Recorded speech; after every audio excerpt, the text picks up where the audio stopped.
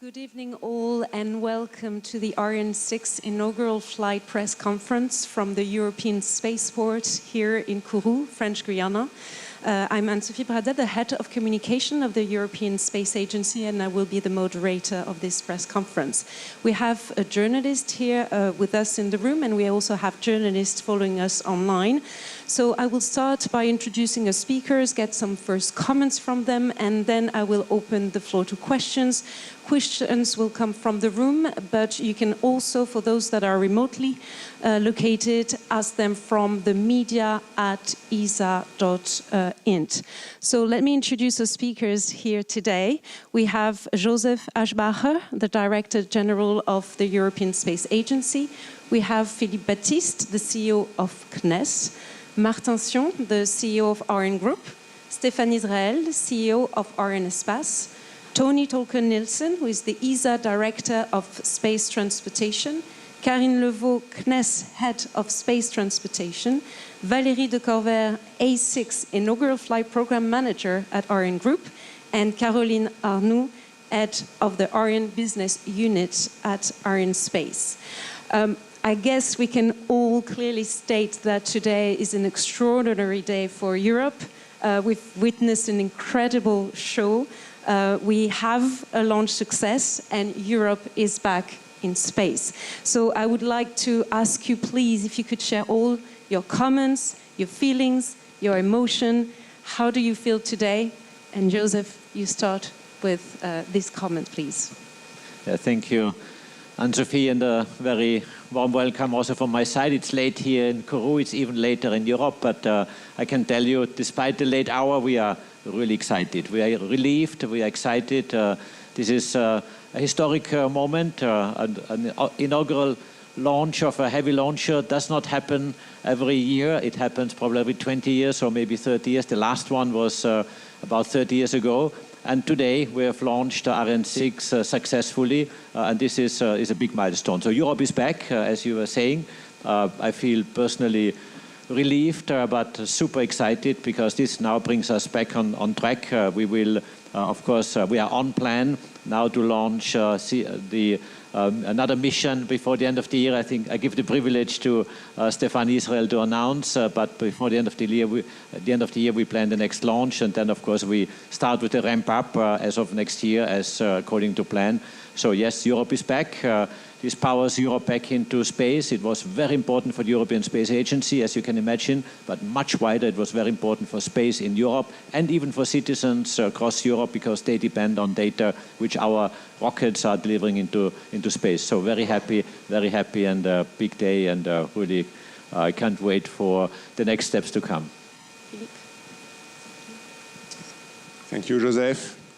Yes, Europe is back. We are back in space. We are back in business. It's a very important day because we are talking about Europe's sovereignty, European access to space. You are not a space player if you don't have access to space. So it was a very, very important day, and it's a great success. We are very, very happy about that. So it's amazing. The campaign was, I would say, well, perfect. The launch was very good, and so it's really a great day. It's an amazing first launch. On a personal feeling, I just want to mention how proud I am from my teams, of course, my CNES people who have been working on the launch pad, of course, on building the launch pad, but also to run the CSG but not only proud of CNES people, also proud of all people in the program, people from ESA, people from ArianeGroup, people from Arianespace, and with all our partners all over Europe. So it's really a great achievement today, and I'm very, very happy. Martin, please. You know, a lot has been said. First, I feel relieved after this success because even if everything which could be done at ground, you know, in terms of tests, in terms of calculations, etc., we all know that an inaugural flight is not a walk in the park, so it's better to have it behind us. And so I absolutely feel relieved, and I will share what said Philippe. It's also a matter of pride for all the people who have been working in this program. I mean, this has been a difficult program thousands of people working on it in ArianeGroup, in our industrial partners. And I think it's really something which that I want to acknowledge today, and I already congratulated them, but I want to insist on that because what has been done is just huge.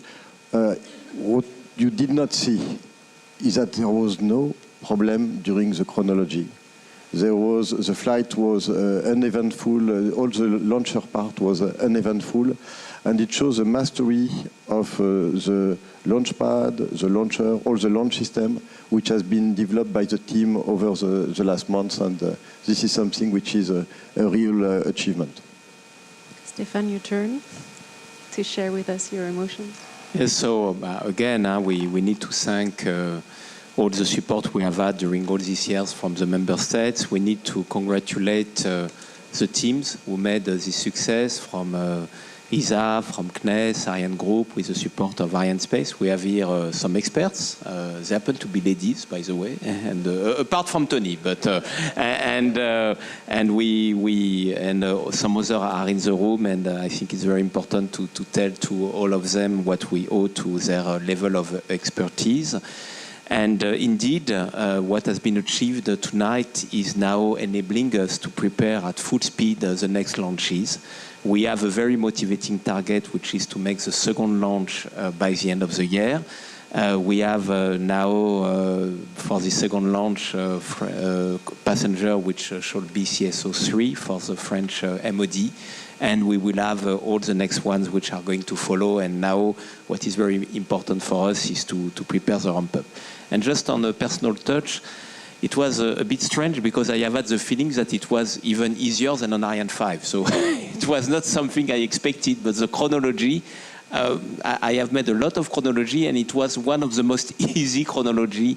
And so it's amazing that for our first launch, things have been so smooth and so easy. So congratulations. You mentioned the key role that all the experts play, so I would like to give them the floor as well to give, maybe share comments, or maybe Tony, you want to start?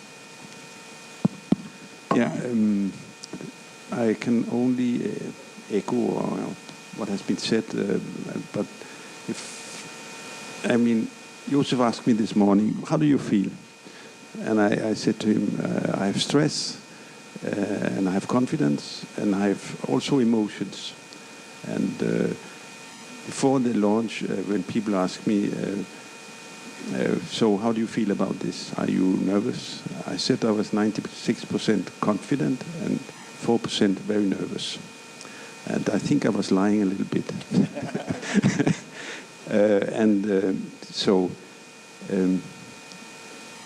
Now all this stress really turned into emotions, and we were so happy. We have been working very, very hard to make this happen. We have been on track with this for more than half a year, for 7-8 months. We knew we were going to launch around the 9th of July. And we have been working so hard and so long hours, and this has been crowned by this incredible success. And I get emotional about it. Karine.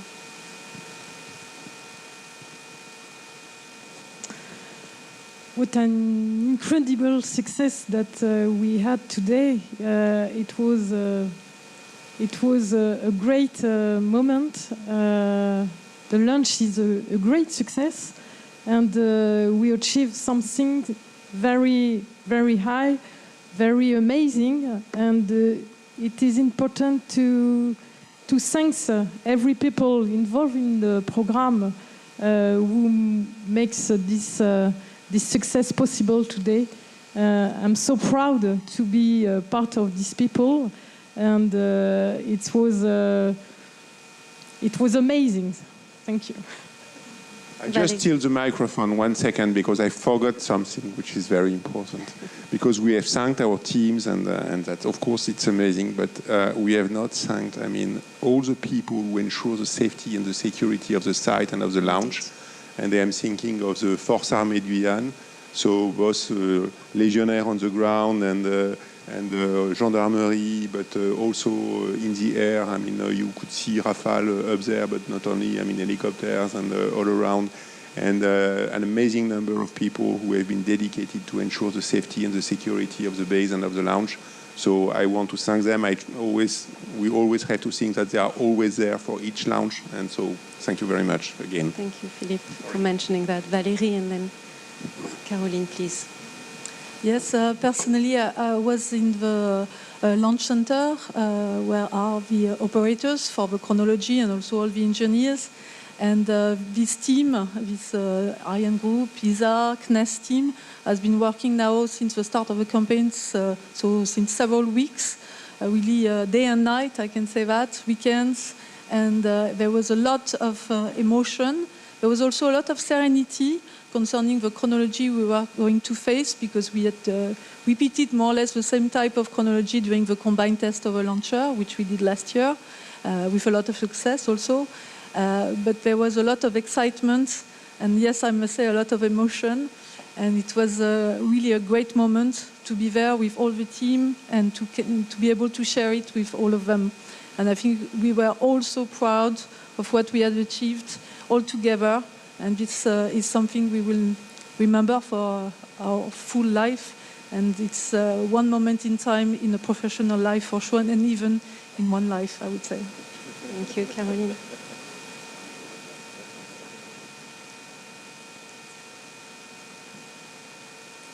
So, on my side, I would like to say that I'm extremely proud of this launch, and proud to be able, thanks to this success, to serve our customers. We have a lot of customers which were waiting for Ariane 6, and Ariane 6 is there. And thanks to the success, we are able to serve them. And I think it's extremely important for all of us. And I would like to say also that I'm impatient, because this success was, of course, important, but it's the beginning of something. And I will be extremely happy to be back to work tomorrow morning to start the preparation of the coming missions. Thank you all. We already have some questions, because something occurred during the tech demo phase. So could you please elaborate on that? Maybe Martin? Yes. You well understood that there were several phases in this flight. And we have centered our comments on what was the main objective of this flight, which was the launch phase, and which culminated with the separation of the first satellites, which was done after 2 boosts of Vinci and APU, everything ran perfectly. And then we had a demonstration phase, which was to see how the upper stage behaves in microgravity and how the different systems operate. Because microgravity is something that we cannot test on the ground. And that was the purpose of the demo phase. And what happened is that at one point of time, we reignited the APU. It did reignite, and then it stopped. And that's, we don't know why it stopped. This is something that we will have to understand when we've got all the data. And then the upper stage behave according to this new situation, which means that the Vinci engine decided not to restart because there was no APU operating, so it was not in a good condition to restart. And so there was a passivation of the upper stage, which was triggered in order to make it an object which does not create dangers of debris. And the passivation works perfectly according to plan. And also, it was the launcher system decided automatically not to release the 2 capsules, the 2 passengers, because it would have created additional debris. And so we have an event which is not understood yet, which is why did the APU stop. But all the rest of the mission was according to plan. So this is unfortunate, but this is also why we make a tech demo in flight, because there are some things that we cannot test on the ground. And this is why, from the beginning, we were very clear on the fact that there were two aspects. One was to demonstrate the launch success, which we did, and then to understand and to gather as much information as possible in this microgravity phase. And I'm looking forward to have all the data and that all the teams, all the experts will work in order to better understand what happens, and we will inform the public at that time. I suggest we start now with the questions and start with the room and journalists present here in the room. Could you please stand up and state your name and media, and someone will bring you a microphone. Do we have to speak in English or can it be in French? Yeah. About the minor thing that happened at the end, to what extent does it put into question the program of the new launch, the next launches of Ariane 6? No, my colleagues will complement, but as we said, we have what we have achieved tonight with the launch success enables us to prepare the next missions, and starting with the second one. So we are perfectly on track now to make a second launch this year in 2024 for the French MOD and to make the next missions. So it has no consequence on the next launches. So now we'll take one question. I guess Stephen Clark from Ars Technica, your question was answered, but please let us know if you want to further elaborate on it. We have a question from Thierry Dubois from Aviation Week. Was the first 3 separations around 1:05 a.m. successful? And then the second question is, the APU is a key element of the Vinci launcher and reignition in particular. If it worked correctly just once, should engineer go back to fine-tuning the APU? Joseph Aschbacher? Yeah. Just to answer the first part, but I think the second part was already replied to by Martin. Yes, the stage is separated correctly, first stage from the second stage. This worked all nominally, exactly according to the time.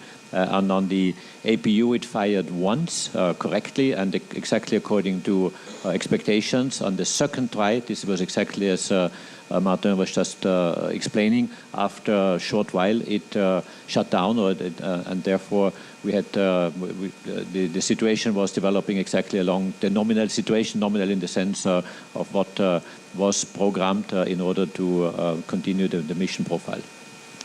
Now, a question from the room, please. Yes, Josh Brozana from Politico.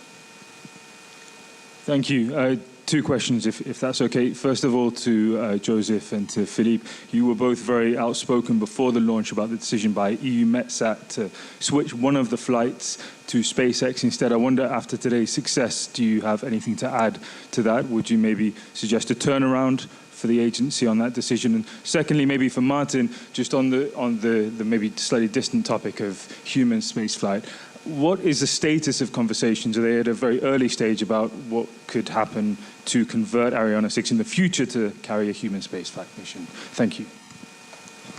Yeah, on the MDG, or let's say not using Ariane 6 for the MDG S1 mission, I think this is really something for EUMETSAT to comment. It's not for me as ESA, or neither for CNES or anyone else. What we did express, and I think we can repeat what was said in the past, it was surprising that the decision was made before the launch has occurred today. But the decision itself, I would like to make it crystal clear, is a decision of EUMETSAT. And maybe we can make just a comment, because we have spoken about the launch success, but the very first part of the mission, the first 18 minutes, were sufficient to make a mission such as EUMETSAT. It was an Ariane 5-like mission, so we can say very clearly tonight that what has been demonstrated during the first 18 minutes were strictly sufficient to make a mission such as the one for EUMETSAT. Well, as far as we stand by, I stand by what I said, which was, I think, pretty clear, talking about European autonomy and safety and so on. So I stand by that, and I'm not sure it's the right time to discuss this right now.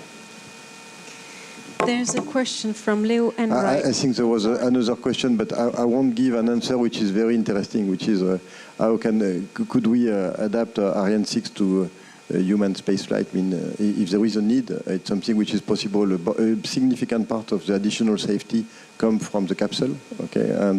But today we don't have a huge stream of work on this topic. But if there is a need, this is something that we would study very carefully and with a good appetite. And coming to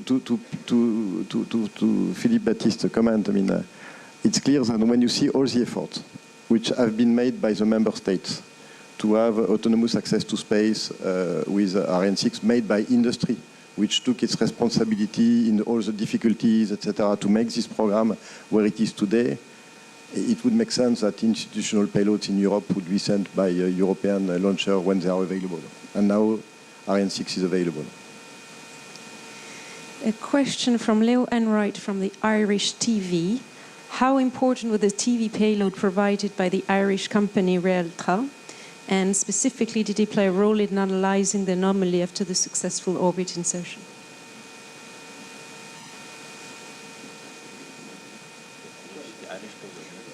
Tony. I'll talk a little bit about the payloads. There were 9 satellites on board, CubeSats, which were deployed after the second boost. So it was a full success for them. Now we had 2 re-entry capsules that were supposed to re-enter or supposed to be released when the upper states were on the re-entry phase. This unfortunately did not happen because of this anomaly we had with the APU. So unfortunately they could not be released, and they will stay together with the upper stage so as not to create more debris. We have a question from Peter B. Deseldin from Space Intelligence Report. We answered most of your question, Peter, but you have a follow-up one on that I will now say. Is it not the case that the APU anomaly will not permit a full ramp-up until the anomaly is fully understood? You know, as it is a global practice, when you've got something that you don't understand, you have to understand it to see if it can have consequences, okay? But when we make a flight like the one we did today, what is important is to have clear objectives and to say, okay, if we have met this and this and this, we are where we should be in order to authorize the next launches, etc. And all that has been fulfilled. So it's true that in the next days and weeks, when we have all the data, we will analyze to understand better what happens. What is clear is that the APU, when we restart it in microgravity, it's very different from the start that we did before. And so we knew that the way it would behave would be different, okay? But a lot of missions do not need to be restarted in microgravity. This is a flexibility that we could use or not. And this is something that we will adapt the flight profile depending on what we find for this. But as Stefan said, for the missions we foresee, we believe that we have already, the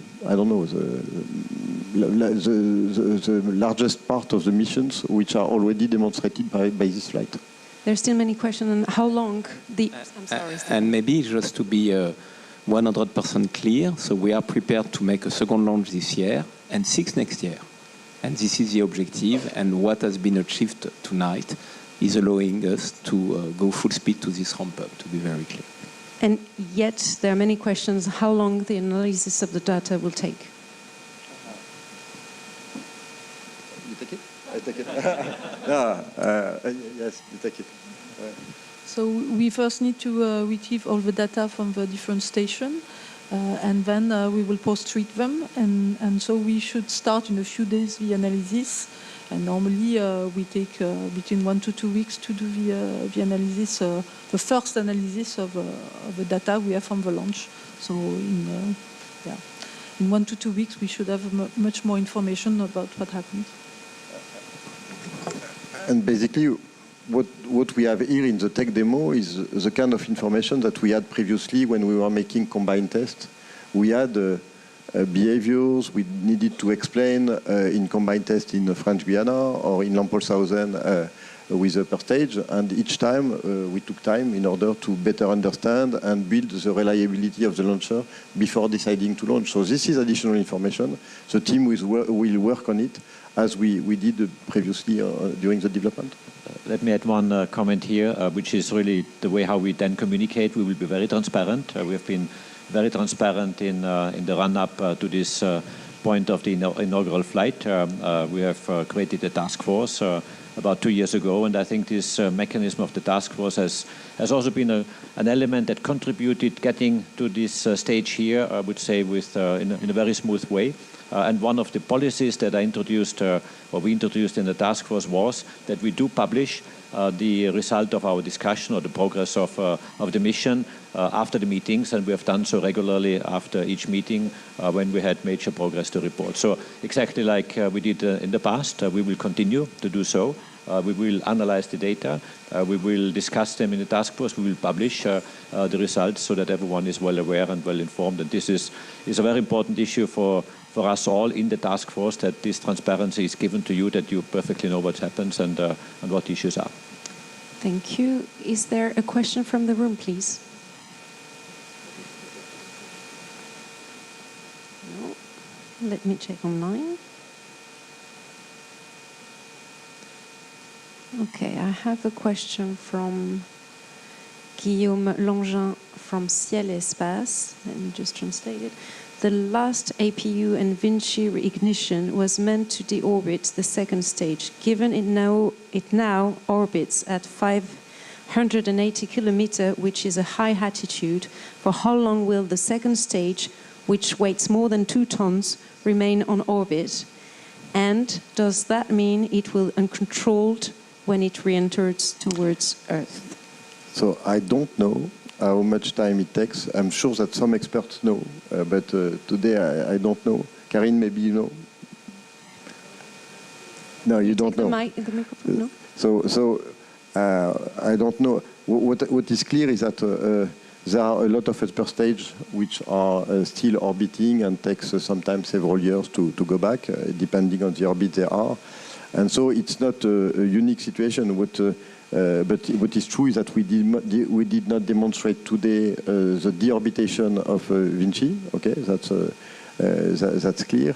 But with a second boost of Vinci, we would have been able to deorbit it. And this is something which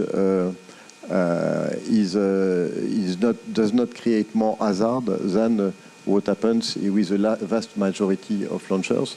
And the upper stage will, at one point of time, burn into the atmosphere. We don't have additional questions in the chat unless one of you wants to further elaborate. In the room, last call. Yes, please. Can you stand up and state your name and media, please, and wait for the microphone? Thank you. I have a question to Mr. Israel. You talk about second launch at the end of the year. Could you precise the date? It will be in November, in December?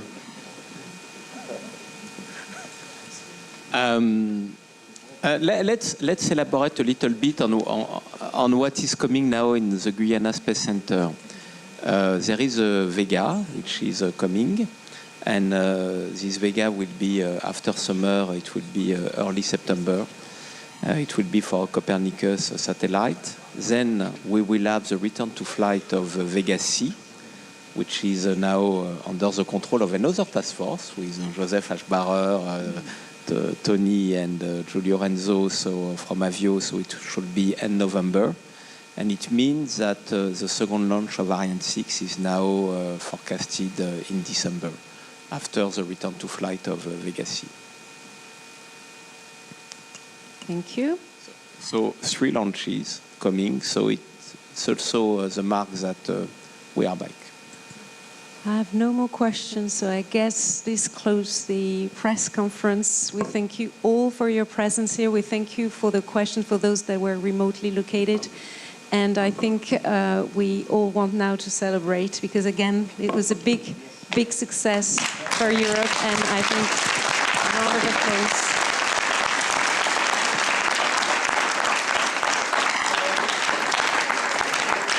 Thank you all.